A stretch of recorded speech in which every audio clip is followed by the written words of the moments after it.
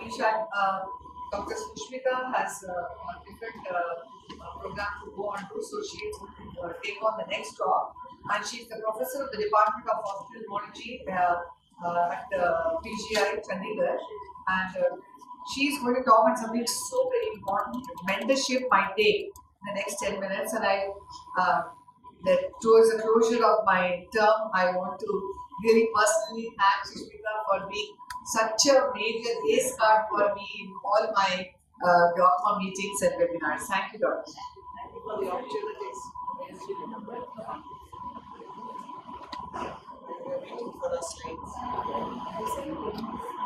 So just one comment on the last thing that we talked about. I think the problem arises when we are running a fellowship program due to the varying capabilities of the person coming in.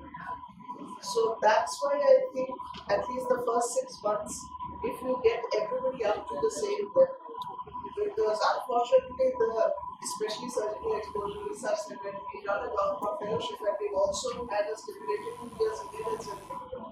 But believe you me, a 2 year senior residency at any major institute, vis-a-vis any medical college or anywhere else, some of them are simply not at all. So people who don't have a surgical exposure at all, for us to say that okay, go ahead and do a track. So that's the reason why we realized that for us that learning fellowship is very strenuous because it's just 1 year. That's and why I thought. And yet, even Goldman application trigonometry and bronchoscopy is not part of their curriculum. But if you're going to start there, then it is that's the only thing of maybe. Right. Having said that, thank you very much, and thank you, Dr. Chitra, as always. It's been a pleasure. My take on mentoring, I mean, I really had to think out of the box. I wish there were things to tell me what to talk on this. The problem is I don't have any mentoring coaching, so I'm no expert at what a good mentor should be. I'm completely old school, as spare the rod and spoil the child. So that's what our teachers were and our parents were, and very much that's what we learned, but then times have changed. So hands-on mentoring is what we learned along the way. And actually my greatest teachers have been my children. From the time that they've been very young, most of the experiences in mentoring are like I handheld my children until they've grown up and flown the nest.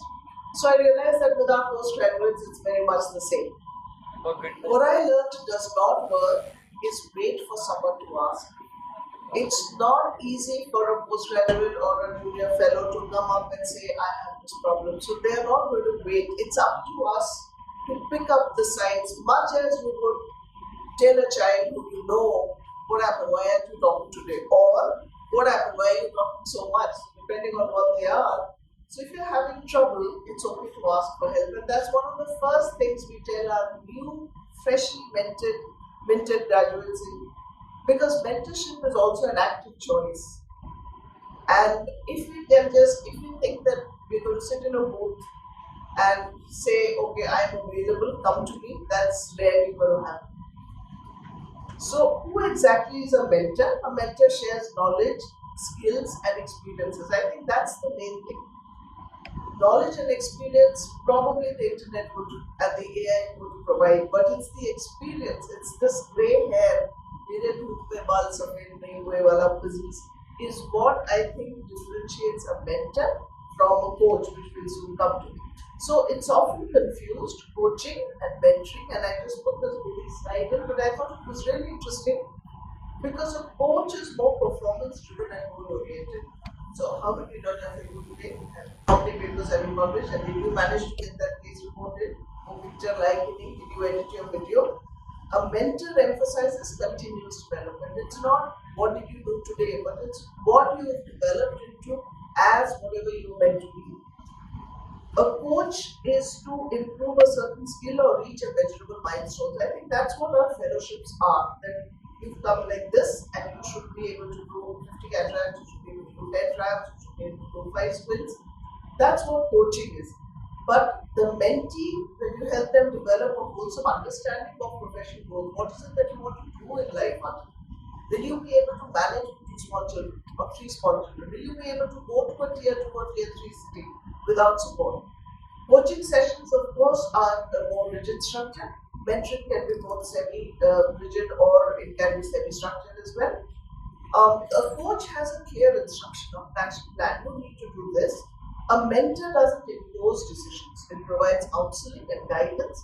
And for a coach or a coached person is expected to follow the coach's plan. That's a coach.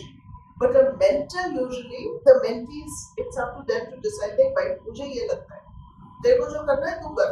But this is what I think. I think that is the fine line between what I've understood is between coaching and mentoring.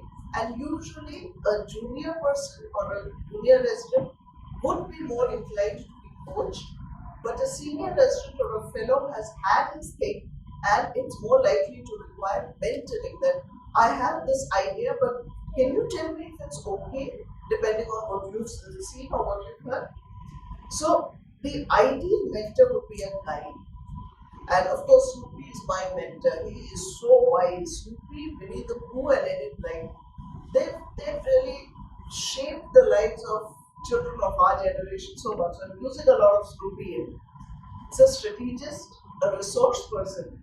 ये नहीं मिलनी किताब ले ले पैसे ले ले, ये वो नहीं मिलना पैसे ले ले मेरे पास है. So that's a resource person, a listener, a good conversationalist, a confidant. It's okay to come and tell me your problems. I won't tell them to anyone else. And a cheerleader. And how can this effective mentoring be achieved? One is set definite goals, have a regular feedback, and have an open communication. It's not enough to say मैंने protocol दे दिया इसको लिख के ले आया. Every week or every fortnight, हमें कितना लिखा है? How much have you finished? How much is done? How much have you even understood what you need to do? So set the goals and then reach them. And then we also need to ensure that we provide constructive criticism and help the mentee develop their strengths. So it's okay to ask, what are you up to? And it's okay for that mentee to say, I'm sorry, this is not my day today. So that's okay. And that's what the mentor needs to understand. That, all right, I understand it's not your day today, but kal leke aana hai. I'm not going to listen to this again. So are there benefits to mentoring? One is, of course, career development and personal growth. The amount a mentor learns because they have to teach is amazing. The amount I learn if I have to make a presentation is also amazing. Networking opportunities, as was told by Dr. Dinesh just now, it helps build a sense of community. You know, you're part of it.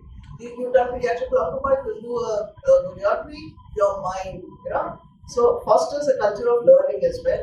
And there's a positive impact as a whole. It's nice to think I make the world a better place because I am a positive person.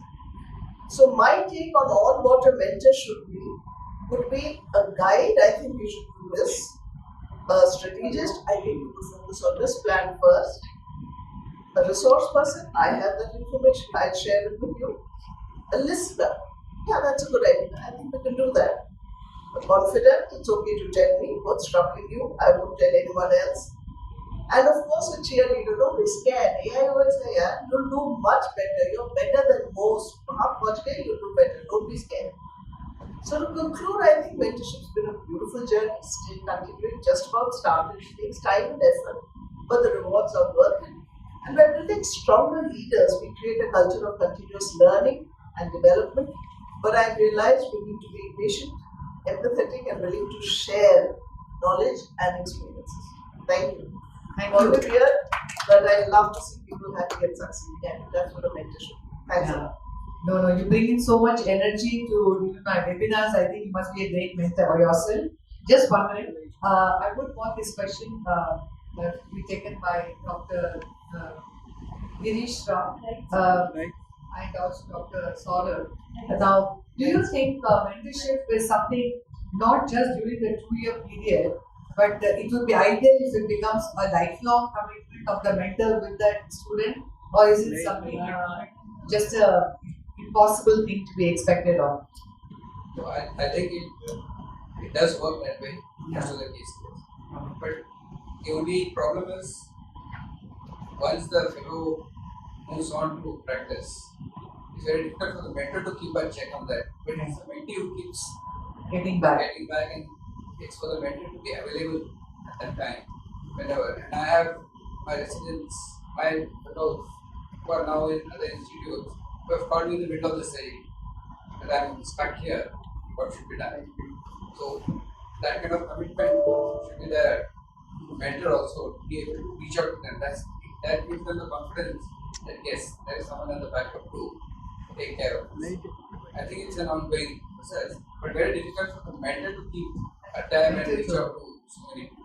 But Dr. Saurav, how do you maintain the nobility which this role demands? And could you switch on the light between the talks? And Dr. Namrata, you will be the next speaker. I think mentorship is a lifelong process, and nowadays we have the opportunity to choose our mentors also. Because earlier, I think maybe 15 years back, we were restricted to institution where we are studying, and we work closely with many people, and we like few of them, and we idolize them. These are the people who we like to become when we grow old. Nowadays, that opportunity has even expanded because of now of the social platform. So, a mentee should always follow the mentor, because mentor is also learning new things. Because what I've seen, those people who maybe I have observed 10 years back, they might have changed their practice protocols, or way of thinking in certain things. And it's better to keep in touch, all throughout, so that you also become better. Thank you. Thanks a lot, Dr. Sushmita. Thank you so much. Can the lights be on between the talks? Who is responsible? Audio visual? Light डालना है ना बात कर. इसको बोलना है अंदर control नहीं है क्या?